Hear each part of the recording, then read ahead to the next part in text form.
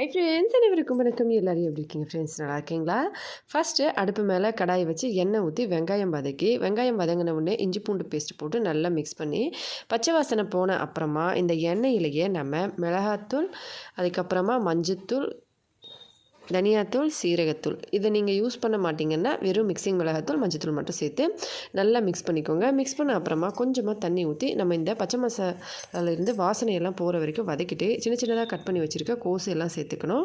கோஸு சேர்த்து பாதி அளவுக்கு வேகிற அளவுக்கு கொஞ்சம் ஜஸ்ட் லைட்டாக தண்ணி தெளித்து வேக வச்சுக்கணும். பாதி அளவுக்கு வெந்த அப்புறமா ஏற்கனவே வேக வச்சு தோலை உரித்து மசிச்சு வச்சுருக்க உருளைக்கிழங்கு இதோட சேர்த்து நல்லா மிக்ஸ் பண்ணி எண்ணெயில் வறுத்து எடுத்து வச்சுருக்க வேர்க்கடலையை சேர்த்து நல்லா ஒரு கலக்கி லாஸ்ட்டாக இறக்கிறதுக்கு முன்னே கரம் மசாலா தூவி இறக்கணும்னா சூப்பராக கோஸு ஒரு டிஃப்ரெண்ட்டான டேஸ்ட்டில் ரெடி ஆகிடுங்க. ட்ரை பண்ணி பார்த்துட்டு எப்படி இருந்ததுன்னு சொல்லுங்கள். ஹெல்த்தியாக சாப்பிட்டு சந்தோஷமாக சேஃபாக பத்திரமா விடுங்க. வீடியோ பிடிச்சிருந்தா லைக் பண்ணி ஷேர் பண்ணி சப்ஸ்கிரைப் பண்ணுங்கள். நன்றி, வணக்கம்.